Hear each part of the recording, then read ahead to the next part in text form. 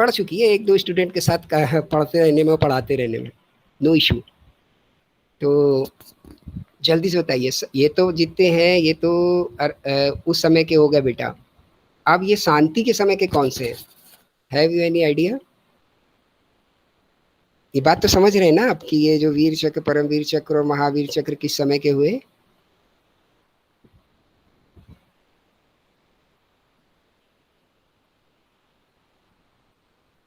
Response करते चलिए।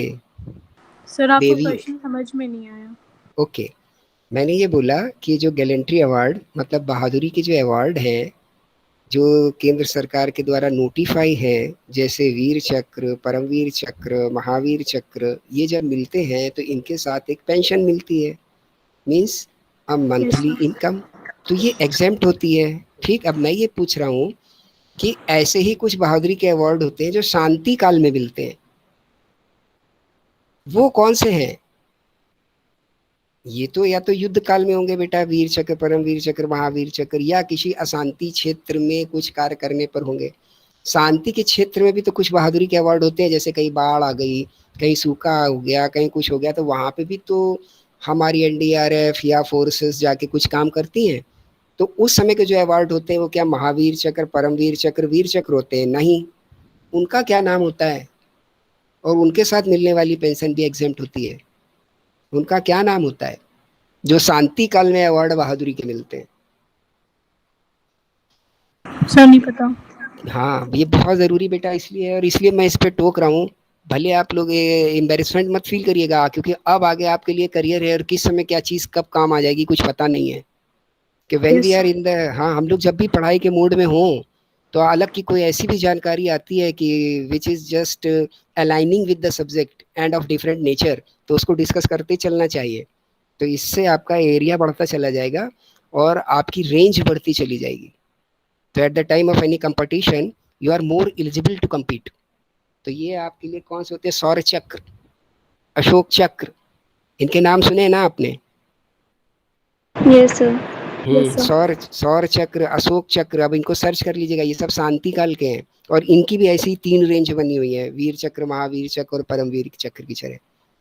ठीक है, तो इनके साथ मिलने वाली भी जो पेंशन है वो एग्जेम्प्ट हो जाती है। अब हम लोग आगे बढ़ते हैं। अगला जो हम लोग डिस्कस क्या कर रहे हैं बेटा, बहुत ध्यान से चलिएगा इस सब्जेक्ट में, तभी मुझे बार बार हल्की हल्की तकलीफ होती है कि आपकी अटेंडेंस बढ़ नहीं रही है। तो आपको दिक्कत एट द टाइम ऑफ, अगर पूरा पेपर आपका बैठाल के हो गया तो दिक्कत ज़रूर आएगी। ये मतलब इसलिए मैं नहीं कह रहा हूँ कि आपकी अटेंडेंस कम है, मैं इसलिए कह रहा हूँ कि मैं जानता हूँ कि इस सब्जेक्ट में आती ही आती है, इसमें आपको ज़रूरत है गाइडेंस की, इसके बगैर दिक्कत होगी होगी। वो नॉर्मल सब्जेक्ट की तरह आप इसको टैकल नहीं कर पाएंगे। ठीक, तो बनाए रहिए अटेंडेंस। बाद में आप वीडियो लेक्चर भी देख सकते हैं, पर अगर आप रेगुलर रहें तो ज़्यादा अच्छा है। अभी कि आखिरी में कितने लेक्चर आप देख पाएंगे, कितना कवर अप होगा। और बुक भी मैंने बोली हुई है, इस बुक को अगर आप लोग ले लो, एक साथ साथ हम लोग चलेंगे। जहां आपको डाउट हो, जो समझ में आए, उसको आप पेंसिल से आप नोट डाउन करते जाइए साथ में।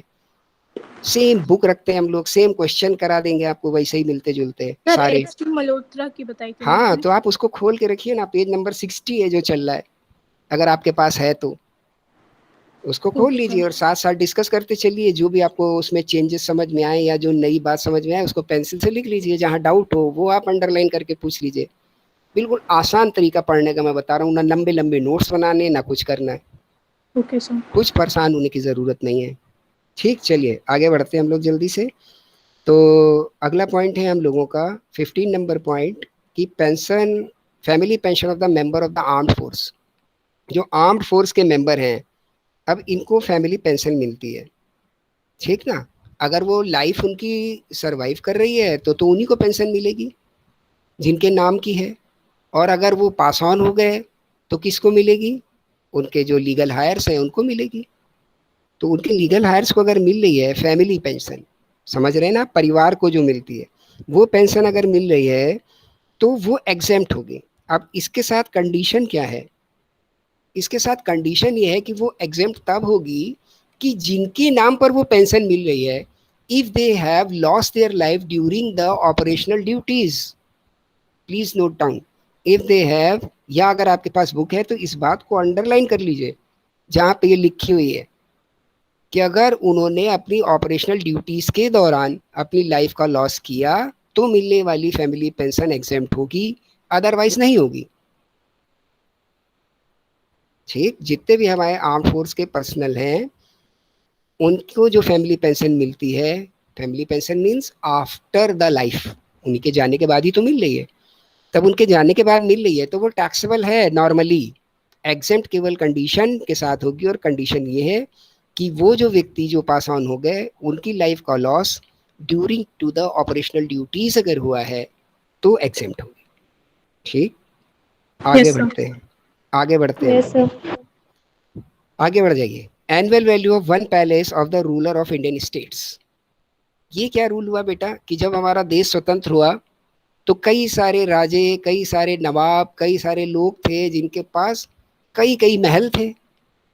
ठीक, अब उन सारी जागीरों को, उन सारे रजवाड़ों को मिला के एक भारत बना एट दैट टाइम।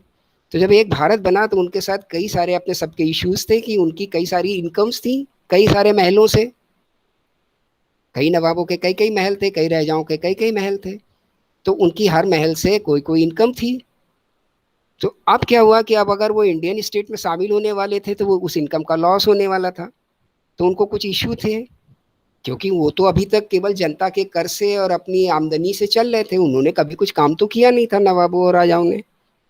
बात समझते जा रहे हैं आप? और अब वो आ रहे थे इंडियन स्टेट के अंतर्गत, तो they have to define their regular source of income, उन्हें अब दूसरे ढंग से अपनी इनकम को डिफाइन करना पड़ता। तो ये सुविधा उनको दी गई कि उनके अगर 10 पैलेस हैं तो उन पैलेस में से एक पैलेस की इनकम को एग्जेम्प्ट कर दिया जाएगा, बाकी टैक्सेबल रहेगी।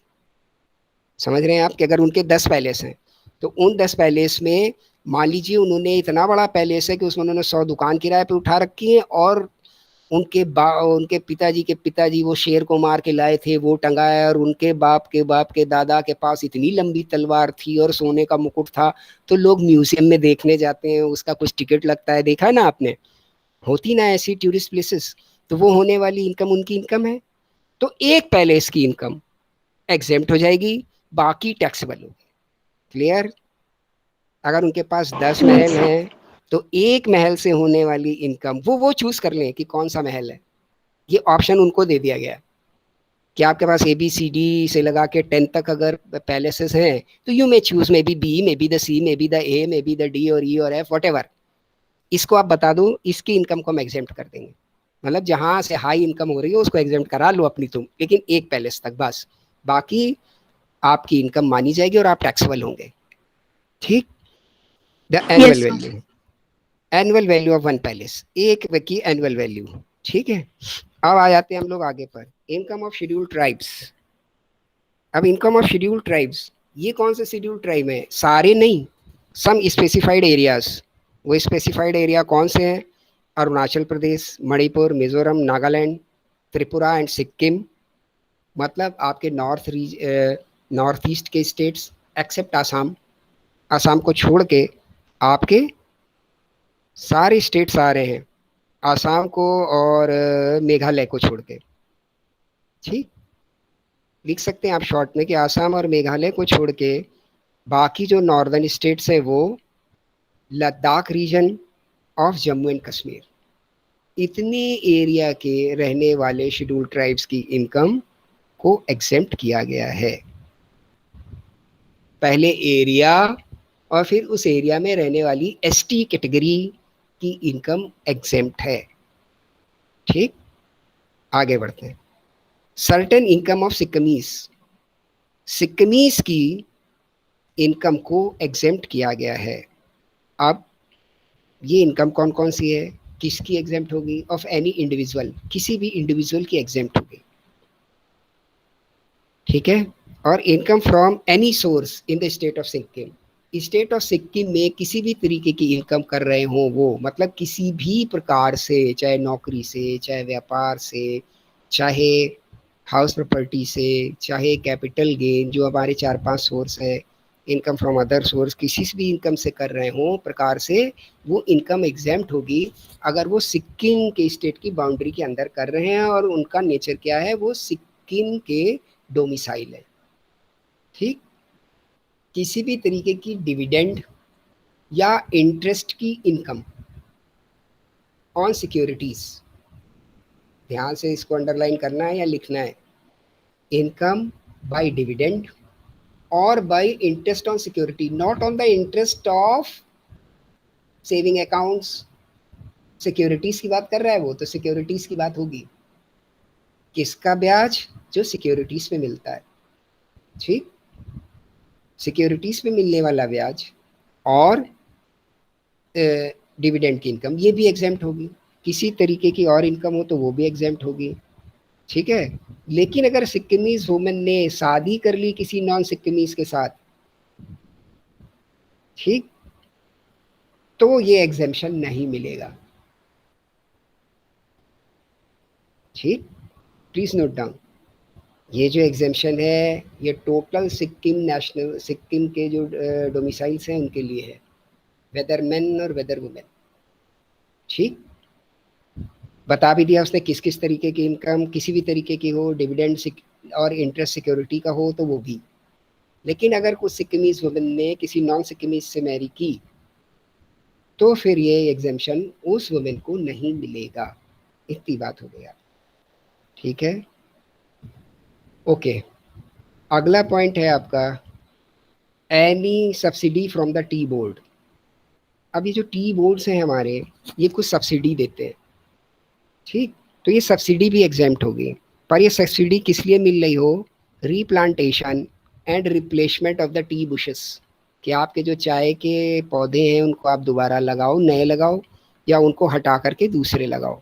इस कारण उसने वो आपको सब्सिडी दी है। On the rejuvenation and consolidation of the area for the cultivation of the T, कि ये जो आपका जहाँ पर आप चाय उगाते हो उसको दोबारा से आपको बड़ा अच्छा बनाना है या कंसोलिडेट करना है, इसके लिए कोई सब्सिडी दी है कि अलग प्रकार की खाद डालेंगे आप, कुछ अलग प्रकार से उस पर खेती कराने वाले हैं कि जिससे कल्टीवेशन फर्टाइलिटी बढ़ने वाली है, इसके लिए कुछ पैसा खर्च होता है और उसकी सब्सिडी आपको टी बोर्ड देता है, तो वो एग्जेम्प्ट होगी। क्लियर? कोई डाउट है बेटा? अगला, क्लियर हो गया। ओके, अगला आपके लिए सब्सिडी है, subsidy received by the planters. अब फिर एक सब्सिडी किसके लिए आ रही है कि जो लोग रबर में, कॉफ़ी में, टी और कैंडमम में, इनमें काम कर रहे हैं। ये कौन से एरिया है कि जब हम लोग वो एग्रीकल्चर इनकम पढ़ रहे थे तो agriculture income by the way of latex and the centrifuged, यानी उस तरीके के पौधों से होने वाली इनकम कि जिनके अंदर लिक्विड फ्लूइड पाया जाता है। जैसे रबड़ होता है उसके अंदर तरल पदार्थ मिलता है, फिर वो रबड़ जो है वो तरल पदार्थ जम के रबड़ का रूप ले लेता है। ठीक, ऐसे पौधे, या पिपरमेंट, ये भी पौधों के अंदर तरल रूप में रहता है और फिर उसको बाद में वो हार्ड रूप में आ जाता है और आपके लिए पिपरमेंट बन जाता है। ठीक है, तो इस तरीके के जो प्लांटर्स हैं, कॉफ़ी के, रबर के, ठीक, या आपके स्पाइसेस के भी, कॉफ़ी बोर्ड के भी, और इनको अगर कोई सब्सिडी मिलती है, और सब्सिडी दो ही कारण से मिलेगी, या तो पुराने पौधों को हटाइए आप नया लगाइए, या नए पौधे आप लगाइए, या एरिया को रिजुविनेट करिए, कंसोलिडेट करिए, तो ये मिलने वाली सब्सिडी भी एग्जेम्प्ट होगी। चलिए अगला point, income of a minor child. अगर किसी का कोई माइनर चाइल्ड है, उसकी कोई इनकम है तो वो एग्जेम्प्ट होगी up to the extent of 1500 rupees. ठीक, 1500 तक की माइनर चाइल्ड की इनकम एग्जेम्प्ट होगी। और माइनर चाइल्ड की हमारे यहाँ परिभाषा है क्या? 18 साल से कम होना चाहिए। अगला पॉइंट है आपका income from the units of unit 64 scheme. UTI का नाम आप लोगों ने सुना होगा, तो यूटीआई की अपनी एक स्कीम है यूनिट 64। तो उस यूनिट 64 के अंतर्गत अगर कोई भी इनकम हो रही है, मतलब 10 रुपये आपने लगाए और बढ़ के आपको 13 रुपये मिल रहे हैं, तो ये जो 3 रुपये हैं ये एग्जेम्प्टेड इनकम मानी जाएगी, ये आपकी टोटल इनकम में नहीं जुड़ेगी। ठीक, अगला point dividend income. Dividend of the domestic company is exempt. लेकिन अब एक इसमें चेंज भी आया है कि 1/4/2020 की असेसमेंट ईयर के बाद, मतलब अब जो लागू हो रहा है उसमें ये एग्जेम्पशन हटा लिया गया है अगर DDT पेड है, डिविडेंड डिस्ट्रीब्यूशन टैक्स, ठीक। अब ये क्या होता है ये आगे डिस्कस करिएगा, नहीं अभी कंफ्यूजन और बढ़ जाएगा आपका। तो आप थ्योरी के हिसाब से लिख सकते हैं कि dividend income is exempt but from assessment year 2021 ये एग्जेम्पशन खत्म कर दिया गया है। ठीक, आगे बढ़ते हैं हम लोग।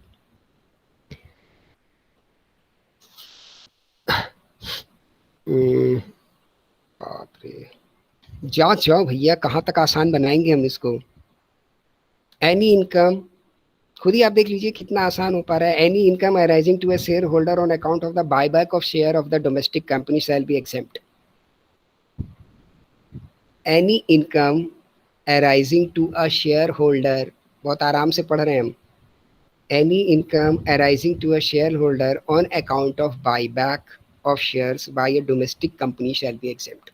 मान लीजिए आपके पास एक कंपनी के शेयर हैं, वो 100 रुपए के हैं। अब कंपनी उन शेयर्स को बाय बैक करती है कि नहीं मुझे वापस दे दीजिए आप, और 120 रुपए में खरीद लेती है। या आपने जब खरीदे थे तो 100 रुपए के खरीदे थे, अब कंपनी आपसे वापस ले रही है 120 रुपए का, तो 20 रुपए का आपको फायदा हो रहा है पर शेयर। तो ये जो इनकम है, समझ रहे हैं आप, this income is going to be exempted, ये एग्जेम्प्ट हो जाएगी। क्लियर, ये इनकम आपकी एग्जेम्प्ट हो जाएगी। ध्यान रखिएगा, वो कंपनी डोमेस्टिक कंपनी होनी चाहिए। डोमेस्टिक कंपनी कौन सी कंपनीज होती हैं? वो कंपनी जो कि आपके यहाँ रजिस्टर्ड हैं, उनको हम लोग डोमेस्टिक कंपनी मानते हैं, registered under the company act. दूसरी कौन सी डोमेस्टिक कंपनी होती है? जिनका ऑपरेशंस, ठीक, जिनके ऑपरेशन एंड मैनेजमेंट इंडिया से हो रहे हो, वो कंपनी कि जिनका principal operation and management India में ऑफिस हो, इंडिया से हो रहे हो, तो वो भी डोमेस्टिक कंपनी है। चलिए आगे बढ़ जाते हैं हम लोग। Income from way of units, income from way of units. तो फर्स्ट ऑफ ऑल ये यूनिट्स क्या हैं? ये यूनिट्स वो है, जैसे आप ये म्यूचुअल फंड का नाम आप सुनते होंगे, तो म्यूचुअल फंड क्या करते हैं? क्योंकि आप कॉमर्स के स्टूडेंट हैं, आपको पता होना चाहिए म्यूचुअल फंड क्या करते हैं कि शेयर्स में एक फंड मैनेजर हो गया या एक कोई हो गई जो संस्था, जो आप बोलते हो मैंने इनका इनके लिए इनसे इनका जो है वो म्यूचुअल फंड ले लिया है, तो म्यूचुअल फंड क्या करते हैं, आपको एक यूनिट दे देते हैं। वो उनकी अपनी नैरेटेड यूनिट होती है, किसी का नाम AR है, किसी का नाम BR है, वट एवर, ये नाम मैं ऐसे ही बोल दे रहा हूँ। तो वो उन्होंने एक यूनिट आपको दे दी। अब आपके बिहाफ पर, अब उन्होंने एक वैल्यू दे दी कि आपने उनके यूनिट BR जो 10 रुपए का आपने परचेज किया और 10 परचेज कर लिए, तो मतलब 100 रुपए आपने उनके पास दे दिया। अब ये 100 रुपए का जो फंड आया, इसको वो डिफरेंट सिक्योरिटीज में इन्वेस्ट करते हैं, ठीक, और उसका प्रोपोर्शन अगेंस्ट द यूनिट रखते हैं कि इस यूनिट के अगेंस्ट में इतना इतना इतना, और उससे जो रिटर्न्स आ रहे हैं उसमें से कुछ अपनी काट के आपको रिफंड, आपको पैसा आपको देते हैं। तो डिक्लेयर करते हैं कि इस यूनिट में हम ये अब डिविडेंड डिक्लेयर कर रहे हैं, इस यूनिट के अगेंस्ट में इस बार मेरा इतना डिविडेंड है। तो ये जो होता है इसको बोलते हैं unit income, income from the units बोलते हैं। तो ये इनकम फ्रॉम द यूनिट्स आपकी एग्जेम्प्ट है, किन शर्तों के साथ? कि वो म्यूचुअल फंड की इनकम होनी चाहिए, नंबर 1। सेकंड, कि जिसको कि इनकम टैक्स ने स्पेसिफाई किया हो, उन यूनिट्स को, मतलब उन म्यूचुअल फंड्स को इनकम टैक्स ने स्पेसिफाई किया हो। आजकल an numbers of mutual fund चल रहे हैं, तो जिनको इनकम टैक्स ने स्पेसिफाई कर दिया हाँ इनकी यूनिट का इनकम एग्जेम्प्ट होगी, तो वो एग्जेम्प्ट हो जाएंगे। ऐसे लिख दीजिए आप। आपके लिए एक क्वेश्चन कभी भी बन सकता है कि राइट डाउन एनी 10 और 12 एग्जेम्प्टेड इनकम्स। तो जितने अच्छे से आप इनको लिखेंगे, मैंने तो बहुत सारी आपको एक तरफ से सारी बताते चले जा रहा हूँ, कम से कम 10-12 तो आपको याद ही होनी चाहिए, ठीक। कि अगर एक पूरा क्वेश्चन आता है कि राइट डाउन एनी 10 और 12 एग्जेम्प्टेड इनकम्स, तो उनको आप हेडिंग वाइज आप लिख पाएँ और उनके अंदर 2-2 4-4 लाइन लिख पाएँ। तो इनकम फ्रॉम द यूनिट्स, तो ये यूनिट कैसी होनी चाहिए कि जो आपकी स्पेसिफाइड हो इनकम टैक्स में। इतनी बात करते हैं, हम और ज़्यादा नहीं करेंगे अभी, वरना आप अभी परेशान होने लग जाएंगे। चलिए आगे बढ़ते हैं हम। Income from the equity shares, equity share से होने वाली इनकम एग्जेम्प्ट है। अब भाई बड़े मजे की बात है, इक्विटी शेयर से होने वाली इनकम एग्जेम्प्ट है। अब ये कैसे एग्जेम्पशन देंगे आप? तो इसके साथ कुछ कंडीशन लगी होंगी, वरना तो एग्जेम्प्ट हो नहीं सकती।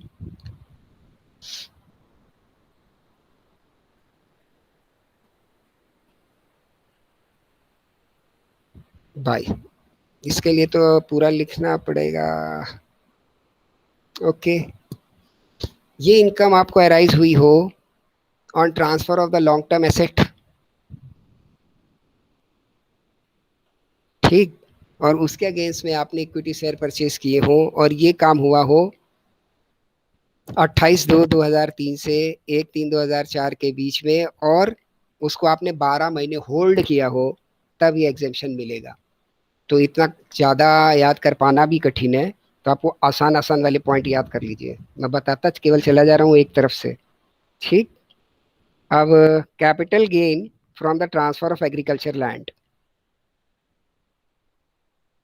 बड़ा मजेदार है ये, इसको ध्यान से सुनिएगा। Capital gain on transfer of the agriculture land. अब कैपिटल गेन कब होता है? कि आपने कोई कैपिटल एसेट बनाई और उस कैपिटल एसेट को आप बेच रहे हो, ठीक है, तो क्या होगा? आपको कैपिटल गेन होगा कि आपने कोई मकान या ज़मीन खरीद के रखी है, तो दैट इज़ द कैपिटल, और उसको आपने बेचा 2 4 5 10 साल के बाद, तो उस पर जो गेन हुआ, 10 लाख की खरीदी थी, 20 लाख की बिक गई, तो ये जो 10 लाख का फ़ायदा हुआ, that is the capital gain. अब वो हमारा एक हेड ऑफ इनकम है, तो उसके अंतर्गत होने वाली इनकम टैक्सेबल हो जाती है। तो वो बोलता है कि एग्रीकल्चर लैंड, और एग्रीकल्चर लैंड की डिफिनीशन क्या होती है, एग्रीकल्चर इनकम में हम लोग पढ़ चुके हैं। तो एग्रीकल्चर लैंड जो डिफाइन है, वो अगर उसके थ्रू कोई कैपिटल गेन हो रहा है तो एग्जेम्प्ट है, लेकिन उसके साथ शर्तें क्या है, फटाफट लिख लीजिए। कि उस एग्रीकल्चर लैंड का मालिक इंडिविजुअल या एचयूएफ हो, यानी इन्हीं दोनों को एग्जेम्पशन मिल सकता है, बाकी कैटेगरी ऑफ पर्संस को नहीं मिलेगा। किसको किसको मिल सकता है? इंडिविजुअल और एचयूएफ को, ठीक, पहली शर्त। दूसरी शर्त कि ये एग्रीकल्चर लैंड जो बेची जा रही है, जिसके कारण कैपिटल गेन हो रहा है, इस पर पीछे 2 सालों से, जिस डेट को आप ट्रांसफ़र कर रहे हो उससे पीछे 2 सालों के दरमियान में एग्रीकल्चर एक्टिविटी हो रही हो, ठीक। बात समझ आती जा रही है? एग्रीकल्चर लैंड उसको तभी माना जाएगा अगर हम उसको एग्जेम्पशन चाहिए तो उस पर एग्रीकल्चर एक्टिविटी हो रही हो, जिस डेट को बिक रही है उससे 2 साल के दरमियान में, उनके द्वारा या उनके पेरेंट्स के द्वारा हो रही हो वो एक्टिविटी, तब माना जाएगा, ठीक। तीसरी चीज, ये जो ट्रांसफर है ये किस कारण से हो रहा हो? By the compulsory acquisition by the central government और एज पर आरबीआई रूल्स। आप देखते हो ना कि हाईवे बन रही है और गांव के पास सड़कें एक्वायर कर ली गई, तो ये एग्रीकल्चर लैंड वहां पर अगर ट्रांसफर हुई तो ये मिलने वाली जो इनकम है वो एग्जेम्प्ट हो जाएगी। शर्त वही है कि आपके पास उसका मालिकाना हक हो, ओनरशिप की बात कर रहा है। दूसरी बात क्या कर रहा है कि उस पर खेती हो रही हो पीछे 2 साल से। ऐसा नहीं कि आप खेती ही नहीं करते, वो फालतू पड़ी हुई है, तो हम एग्रीकल्चर लैंड नहीं मानेंगे, और जब हम एग्रीकल्चर लैंड नहीं मानेंगे तो एग्जेम्पशन नहीं मिलेगा। क्लियर? कि ओनरशिप होनी चाहिए। सेकंड, पीछे 2 साल के पीरियड में एग्रीकल्चर एक्टिविटी हो रही हो, ये भी क्लियर होना चाहिए। और तीसरा, ये जो ट्रांसफर ऑफ लैंड है that is by way of acquisition by the central government और द स्टेट गवर्नमेंट और बाय द आरबीआई। कि ये जो ट्रांसफर है, यानी ये जो आपकी एग्रीकल्चर जमीन बिक रही है, that is due to the acquisition, सरकार ले रही हो उसको। ये नहीं कि आप प्राइवेटली उसको बेच रहे हैं, प्राइवेटली बेच रहे हैं तो एग्जेम्पशन नहीं मिलेगा, ठीक।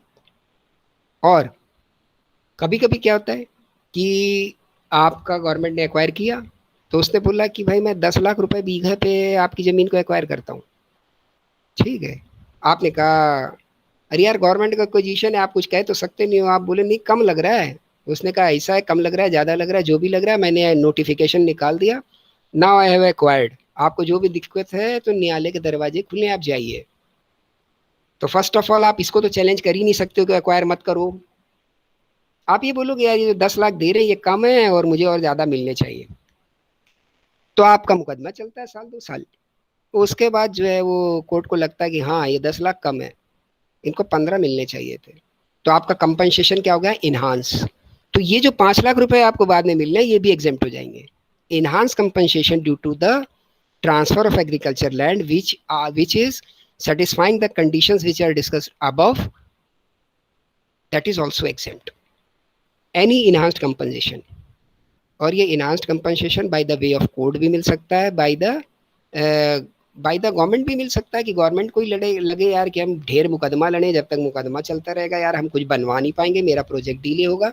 ऐसा करते हैं 15 तक ये मांग रहे हैं, 10 मैं दे ही रहा हूँ, चलो इनसे बात करते हैं, 13 ले लो भाई, और दोनों लोग राजी हो गए, उन्होंने बढ़ा के 3-3 लाख रुपए और दे दिए। तो ये भी क्या है, इनहांस कंपनसेशन है। पहले का 10 लाख आपका नेचुरल कंपनसेशन है। तो जो भी इनहांस कंपनसेशन भी आ रहा है दैट इज ऑल्सो भी एग्जेम्प्ट। शर्त वही कि जमीन के मालिक आप होने चाहिए, साथ ही साथ पीछे 2 साल से उस पर खेती होनी चाहिए। ठीक, चलिए आगे बढ़ जाते हैं। Tax incentive on the development of the capital of Andhra Pradesh. तो आपका अभी आपने देखा होगा कि आंध्र प्रदेश भी 2 भागों में बढ़ गया, एक तेलंगाना और एक आंध्रा। ठीक, अभी क्या है कि हैदराबाद दोनों की मिली जुली राजधानी है, तेलंगाना की भी और आंध्रा की भी। हो क्या रहा है कि एक नई राजधानी बन रही है आंध्रा की अलग। तो ये जो नई राजधानी बन रही है, इसका नाम मुझे नहीं याद आ रहा है, शायद कर्णावती या भद्रावती सम ऐसा ही कुछ उसका नाम है, आप सर्च कर लीजिएगा। तो इस पर अगर कोई इन्वेस्टमेंट कर रहा है फॉर द डेवलपमेंट, तो वो इन्वेस्टमेंट में जो भी कोई नया लगाने जा रहा है इन्वेस्टमेंट, तो वो एग्जेम्प्ट है। ठीक, कि वो कैपिटल एसेट के रूप में इन्वेस्ट करे वहाँ पर, तो उस पर जो भी कोई टैक्स वैक्स क्रिएट होने वाला है तो वो एग्जेम्प्ट हो जाएगा, टैक्स इंसेंटिव। और ये पीरियड उन्होंने दिया कितना है, 10 साल का, कि इस 10 साल के पीरियड में आप जो भी इस पे इन्वेस्टमेंट करते चले जाओगे वो एग्जेम्प्ट हो जाएगा, कि जिससे उनकी सिटी डेवलप तो हो जाए अच्छे से, लोग तो आए वहाँ पर इंफ्रास्ट्रक्चर को डेवलप कराने के लिए, बाकी चीज़ों को डेवलप कराने के लिए, जिन्होंने लैंड और प्लाट वहाँ पे लिए, करे, बनाए, चीज़ों को डेवलप कराया, तो ऐसे लोगों को टैक्स इंसेंटिव देंगे, वो इन पे होने वाले टैक्स को एग्जेम्प्ट कर देंगे। ठीक, अगले बढ़ जाते हैं हम लोग। Income from an international sporting event. कोई इंटरनेशनल स्पोर्टिंग इवेंट है तो उस पे होने वाली इनकम एग्जेम्प्ट होगी। अब ये नेशनल स्पोर्टिंग इवेंट किसको माना जाएगा, 2 शर्तें पूरी होनी चाहिए। एक, उसमें कम से कम 2 देश तो भाग लें, तब तो हम उसको इंटरनेशनल इवेंट मानेंगे। ठीक, ट्राई कंट्री सीरीज आप लोग क्रिकेट की देखते होंगे, बैडमिंटन की देखते होंगे, किसी भी चीज़ की देखते हैं, तो इनको हम इंटरनेशनल स्पोर्टिंग इवेंट मान सकते हैं regarding the participation number of the countries which is more than 2। 2 देश तो पार्टिसिपेट करें अल्टीमेट, तब तो इंटरनेशनल इवेंट है। सेकंड, उस इवेंट को कोई ऐसी संस्था ऑर्गेनाइज करा रही हो कि जो कि उस खेल की इंटरनेशनल बॉडी से ऑथोराइज्ड है। Clear? Such sporting event is constituted by the body which is recognized by the international body of such sports।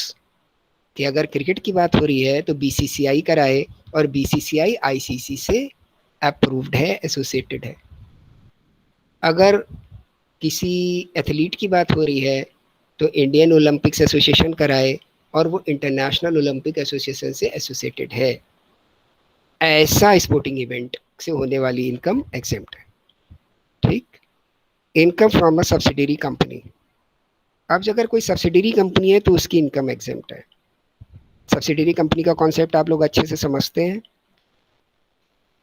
Yes, subsidiary company की कुछ बात पता है, क्या होगा सब्सिडरी कंपनी? जागो सर, जिसके शेयर्स दूसरी कंपनी ने होल्ड करके रखे हों। ओके, सब्सिडरी कंपनी, बिल्कुल ठीक बात आप बोले। सब्सिडरी कंपनी वो है कि जिसकी कोई होल्डिंग कंपनी है, ठीक, जिसके ऊपर bye the way of voting rights किसी होल्डिंग कंपनी का हिस्सा कवर अप है, या बोर्ड ऑफ डायरेक्टर्स में उनका ऐसा वॉइस है कि वो सब्सिडरी कंपनी को चला रहे हैं। उसके अकेले भी हो सकते हैं या उसके साथ कुछ जुड़ी हुई सब्सिडरी कंपनीज भी हो सकती हैं। इस तरीके की कुछ परिभाषा है, उसके ज़्यादा डिटेल में हम नहीं जाएंगे। ये बात क्लियर हो गई कि आपको उसका आइडिया है। That is good.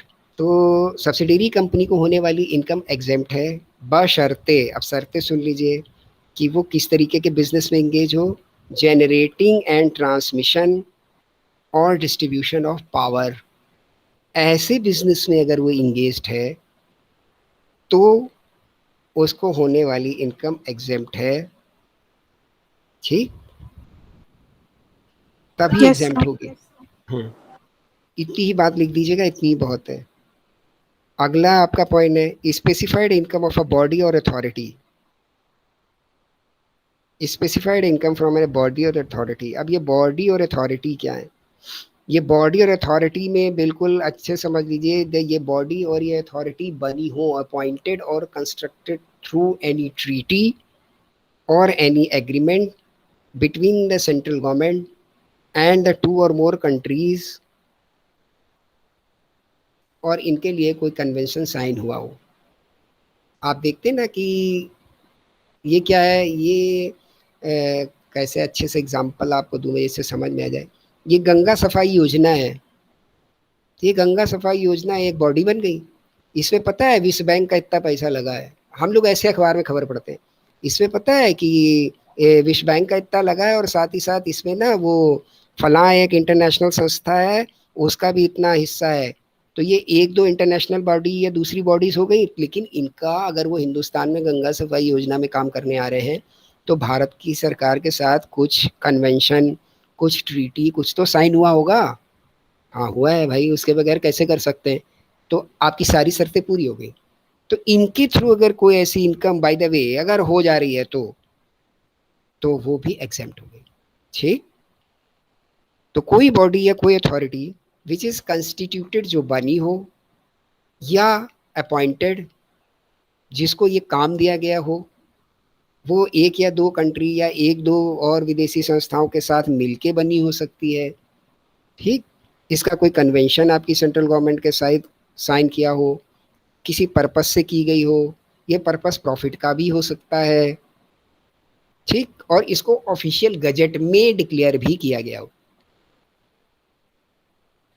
एक पॉइंट और आपको लिख लेना कि इसको ऑफिशियल गजेट में भी डिक्लेयर किया गया हो, तो इससे होने वाली इनकम एग्जेम्प्ट हो जाएगी। कभी कभी आप देखते हैं कि कोई बहुत बड़ा ब्रिज है और उसको बनाने में आपको एक दो कंट्री या किसी बाहरी बड़ी संस्था का गवर्नमेंट ने साथ और सहयोग लेके एक ट्रीटी बनाई, और उसके बाद बोला कि इस पर आगे इतने साल का टोल टैक्स होगा, इतने परसेंट हम ले लेंगे, इतने परसेंट आप ले लोगे, और इसके लिए ये संस्था बनती है जो टोल टैक्स कलेक्ट करेगी। ऐसे भी प्रोजेक्ट बन सकते हैं, ठीक। तो इनको होने वाली इनकम एग्जेम्प्ट होगी। यस मैं सर। सारे टोल टैक्स के एग्जेम्पशन की बात नहीं कर रहा हूँ, ये आइडिया मत लीजिएगा। मैं ऐसे ही स्पेसिफाइड बॉडी को डिफाइन करने के लिए एग्जाम्पल कोट कर रहा हूँ केवल, ठीक। चलिए Yes, sir. आगे बढ़ते हैं। Allowances and the perquisite to the chairman और द मेंबर ऑफ यूपीएससी। तो जो आपका यूनियन पब्लिक सर्विस कमीशन है, तो यूपीएससी क्या करता है? आपके लिए अधिकारियों का और बड़ी बड़ी पोस्टों के लिए लोगों का चयन करता है। ये केंद्रीय भी है और राज्य स्तर पर भी है। तो यूपीएससी के जो चेयरमैन हैं या जो उनके मेंबर हैं, उनको मिलने वाले अलाउंसेस और परक्विजिट एग्जेम्प्ट हैं, ठीक। अब अलाउंसेस क्या होते हैं? अलाउंसेस वो होते हैं कि which is a type of monetary value which is paid to meet out the cost of living. ये हम लोग सैलरी पढ़ेंगे तो और अच्छे से समझ लेंगे कि अलाउंस का मतलब ये होता है कि आपको लगे कि यार ये सैलरी जो इनको मिलती है, इसके अलावा कॉस्ट ऑफ लिविंग में ये चीज़ बड़ा असर डालती है, इसके लिए अलग से कुछ पैसे दे दो। जैसे महंगाई, तो डियरनेस अलाउंस हो गया वो। आप अखबार में सुनते होंगे, आज एकदम रिसेंट खबर चली, केंद्रीय कर्मचारियों का इतना प्रतिशत महंगाई भत्ता बढ़ाया गया। तो ये जो भत्ता है, न्यूज़ आप अखबार सुनते हैं, न्यूज़ में भत्ता, इसको हिंदी में बोलते हैं भत्ता, इंग्लिश में बोलते हैं अलाउंस, ठीक। Yes sir. तो ओके, Yes, तो sir. हाँ ये होता है अलाउंस, तो कॉस्ट ऑफ लिविंग को मीट आउट करने के लिए, ठीक। ऐसे ही हाउस रेंट अलाउंस हो सकता है, मकान किराया भत्ता। तो ये जो भत्ते मिल रहे हैं, या परक्विजिट क्या होते हैं? Perquisite are the type of facilities which is provided by the employer to the employee, और Sir, इनको भी traveling अ, facilities वगैरह. इनको भी मॉनेटरी वैल्यू में हम लोग डिफाइन कर सकते हैं। ट्रेवलिंग भी हो सकती है, ट्रेवलिंग पे ज़्यादा जोर अभी हम नहीं देंगे। हम आपको देते फ्री का मकान रहने को दे दिया उसने, तो कोई अलाउंस तो दिया नहीं, आपको रहने के लिए मकान दे दिया। फ्री की कार आपको दे दी, तो कोई पैसा तो दिया नहीं, उसने कार दे दी आपको यूज करने के लिए, तो इसकी मिलिट्री वैल्यू निकाली जाएगी और वो आपकी सैलरी में जोड़ी जाएगी। ये जब हम लोग सैलरी पढ़ेंगे तब डिस्कस करेंगे। तो ऐसे कोई भी परक्विजिट और अलाउंसेस टोटल के टोटल एग्जेम्प्ट हैं, किनको? जो कि चेयरमैन या मेंबर हैं यूपीएससी के। ठीक, अब एक दो पॉइंट और डिस्कस करते हैं, उसके बाद छुट्टी कर देंगे, वरना मुझे लग रहा है इतना याद रखना पड़ेगा आप लोगों को, बहुत काम हो गया, नोट डाउन करते जाइएगा। अगला एक पॉइंट और लेते हैं, फिर उसके बाद बंद कर देंगे। ठीक है, चलिए अगला एक पॉइंट लेते हैं, income from newly establish units in SEZ. Newly establish unit in SEZ. अब ये एसईजेड क्या है? थोड़ा बहुत आपको भी बोलना पड़ेगा, थक गए भाई हम तब से बोलते बोलते। बताइए एसईजेड क्या है?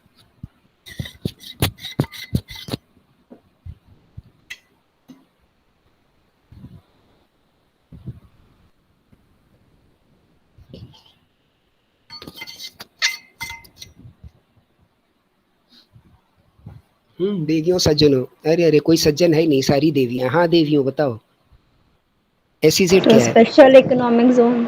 Yes, special economic zone. ये किस लिए क्रिएट होते हैं बेटा? चलो इसमें हम लोग ज़्यादा टाइम नहीं बर्बाद करते हैं, आपको ये बात याद आ रही है तो ठीक है। स्पेशल इकोनॉमिक जोन मतलब specified located area to develop a industry or a type of any commercial hub for any specified or specialized type of nature of business। किसी स्पेशलाइज नेचर ऑफ बिजनेस के लिए कोई hub एक area में develop किया जाए, या पूरा का पूरा इंफ्रास्ट्रक्चर डेवलप कर दिया जाए फॉर द बिजनेस पर्पस।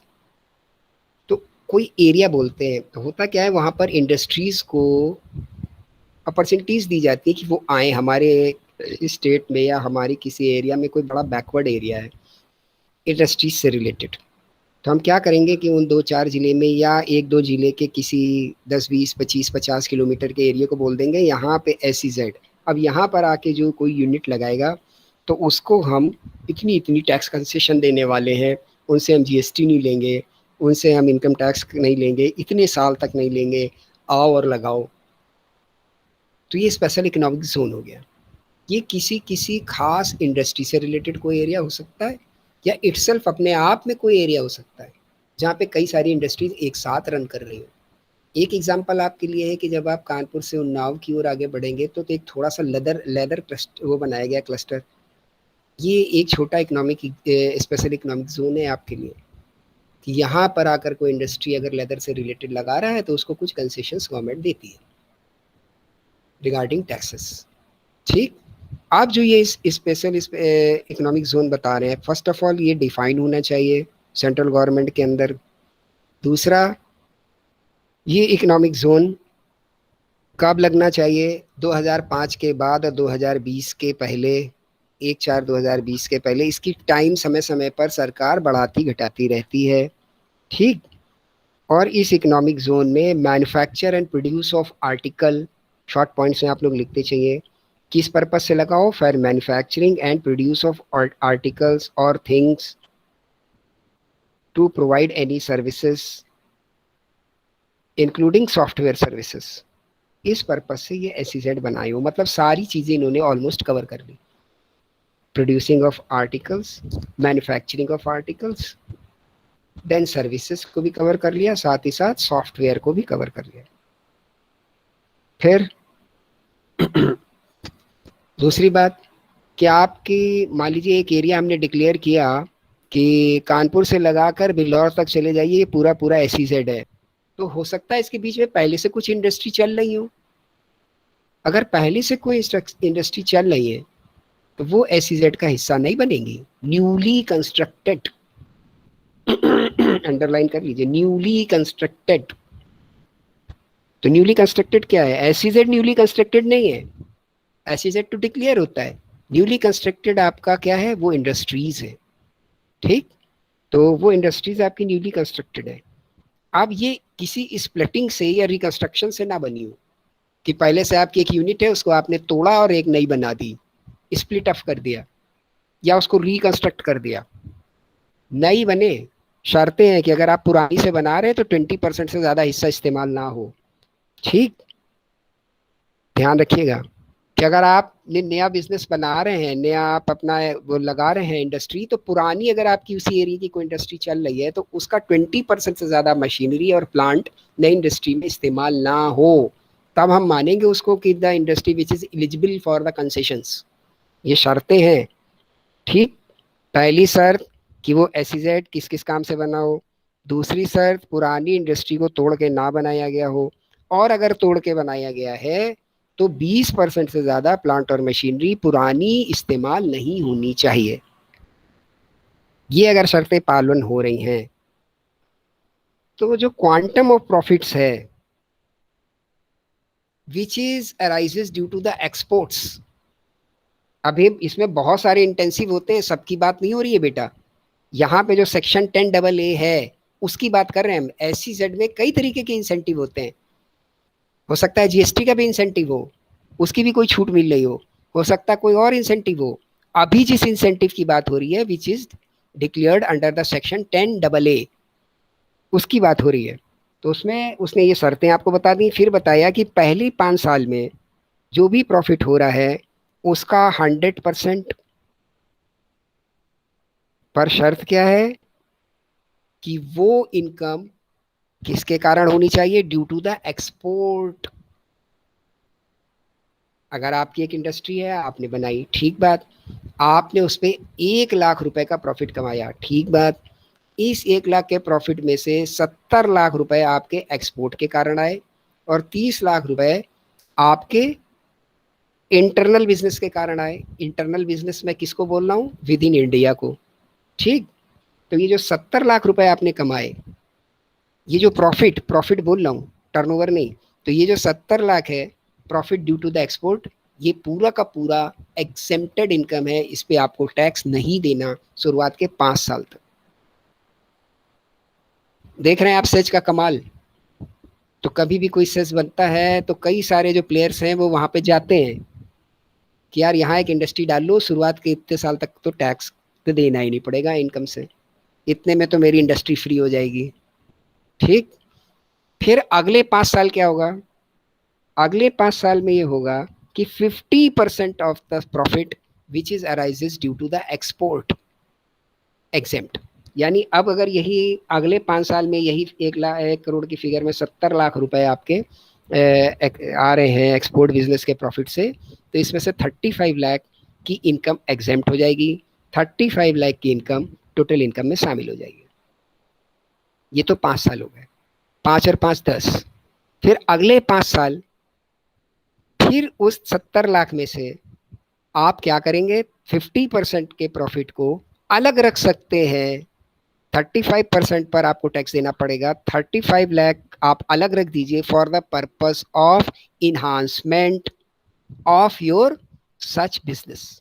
वो जो बिजनेस है उसके इन्हांसमेंट के लिए, उसमें इन्वेस्टमेंट के लिए अगर वो 35 लाख रुपए खर्च करते हो, आप अलग अकाउंट खोल के रख दो, टैक्स नहीं देना।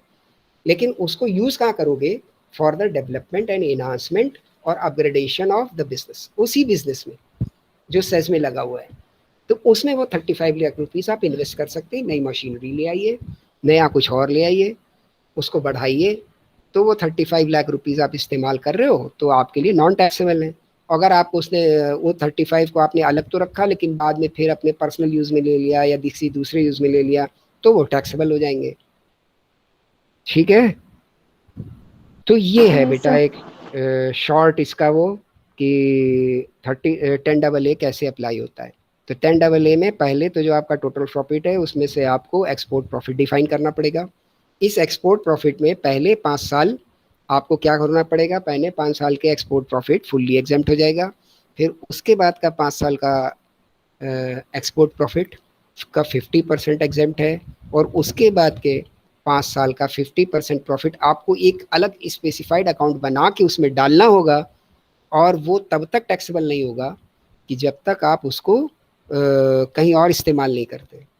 अगर आपने उसको कहीं और इस्तेमाल किया other than the upgradation and the development of the business which is situated in the SEZ, तब वो टैक्सेबल हो जाएगा और आप अपने बिजनेस में उसको दोबारा इस्तेमाल कर लीजिए।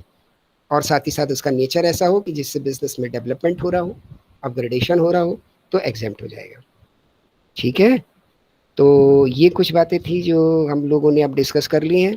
और अब जो है एग्जेम्प्टेड इनकम में बड़े छोटे से 1-2 पॉइंट बच रहे हैं कि जिनको अब हम लोग कल डिस्कस करेंगे, वरना आप आज बुरी तरीके से पजल्ड हो चुके होंगे, मुझे पता है।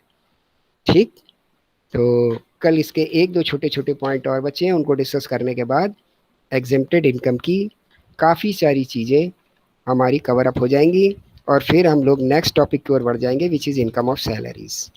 तो अभी मैंने आपका वो बेटा ग्रुप ज्वाइन नहीं कर पाए हम, ईशिता। मेरी कोशिश होगी Yes. कि आज उस ग्रुप को ज्वाइन कर लेते हैं हम, और उसमें जो पीछे हमारे सेशंस हो चुके हैं उनसे रिलेटेड जो आपकी बुक में एक्सरसाइज है, इसके क्वेश्चन, या अगर आप लोग सारे लोग बुक ले लो तो हम सीधे सीधे क्वेश्चन सर नंबर आपकी बता बुक दें। के तो कौन से एडिशन की बुक है? बेटा ये जो आपका करंट एडिशन है वो ले लीजिए, 2021, यही लगेगा ओके आपको। सर। ठीक, तो इसको ले लें आप, पुरानी मत लीजिएगा क्योंकि उसमें सब चेंजेस आ जाते हैं। तो 2021 की ले लीजिए। तो इसी का जो है वो क्वेश्चन नंबर ही सीधे बता देंगे कि एक्सरसाइज नंबर का ये क्वेश्चन, ये क्वेश्चन, ये क्वेश्चन, वो आप लगाइए, फिर उसको भी साथ साथ डिस्कस करते चलेंगे तो और अच्छे से क्लियर हो जाएगा। और मैं बार बार बोल रहा हूँ, इसको पढ़ना मतलब पढ़ना ही है, तभी काम चलेगा। आपने इतनी देर में समझ लिया। ये जो मैंने बोला आपको, इसके ऊपर अगर एक न्यूमेरिकल बना दें हम कि एक ऐसी जेड में ऐसी यूनिट लगी, इसमें इतने लाख का प्रॉफिट हुआ, अब आप बताइए कि इस पे क्या टोटल इनकम है।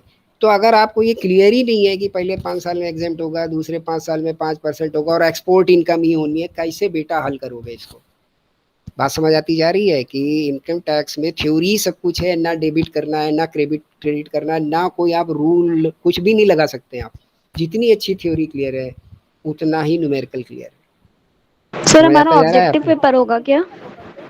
अभी बेटा मैं कुछ बता नहीं सकता हूँ कि ऑब्जेक्टिव होगा कि थ्योरेटिकल होगा, ये अभी डिसाइडेड नहीं है। ठीक, या हो तो मेरे लेवल पे मुझे अभी पता नहीं है। अगर जैसे ही हमको ये पता चलता है या आपको पता चलता है, आप श्योर हो जाते हो कि ऑब्जेक्टिव होगा, तो हम लोग और अच्छे से इसको डिफाइन करके आपकी प्रिपरेशन करा सकते हैं। ठीक ना? लेकिन अभी तो आप ओपन उससे चलो, दोनों तरफ से। ठीक, ओके सर। अभी आप सब्जेक्टिव भी दिमाग में रखिए और ऑब्जेक्टिव भी रखिए जब तक डिक्लेयर नहीं होता। और जैसे ही डिक्लेयर हो जाए ऑब्जेक्टिव है, तो हम लोग उसको स्ट्रेटजी के हिसाब से डील कर सकते हैं कि ऐसे ऐसे किया जाए। लेकिन अभी अपना जो पूरा एरिना है वो ओपन रखो। ओके, तो उस ग्रुप को हम ज्वाइन करते हैं और कोशिश करेंगे उसमें क्वेश्चन आपके लिए डाल दें, और जल्दी जल्दी से जो पीछे छूटा है उसको आप लोग जल्दी से रिवाइज कर लो, देख लो, और कोई क्वेरी आ रही है तो उसको पूछ लो। फिर आगे जितना बढ़ते जाएं, मजबूती से बढ़ते जाएं, क्योंकि पीछे के रेफरेंसेस समय समय पे आपके लिए सामने आएंगे। ओके, कोई क्वेरी है अभी तक के आज के डिस्कशन पर बेटा? जल्दी से हो तो आप पूछ सकते हैं। Is there any query? No sir. No. ठीक, कुछ और कहना चाहते हैं आप लोग? क्योंकि पूरे समय तो मैं ही बोलता रह गया, आपको कोई मौका ही नहीं दिया। कोई भी बात अगर आपको और बोलनी है, क्योंकि हम आप मिलके ही क्लास है, कोई भी आपको और बात बोलनी तो आप बोल सकते हैं। If anything else you have to say.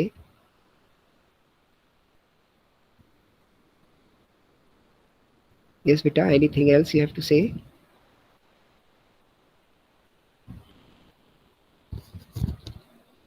क्या हो गया? नो तो बोल ही सकते हैं आप। If anything else you have to से।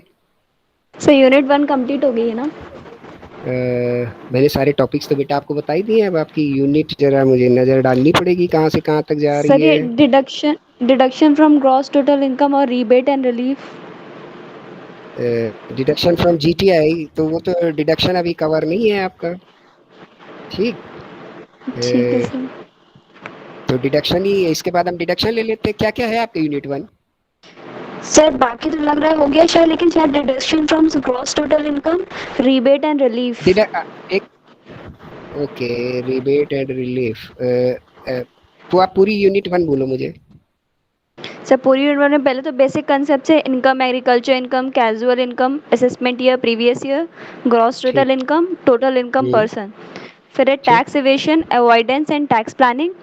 फिर है basic of charge, scope of total income, residence and tax liability, income which does not form part of total income, हाँ, ये आपका डिस्कस डिडक्शन हो रहा है, फ्रॉम, हाँ इसी को यही एग्जेम्पशन एग्जेम्प्टेड, बोलते हैं। हाँ हम्म। Yes sir.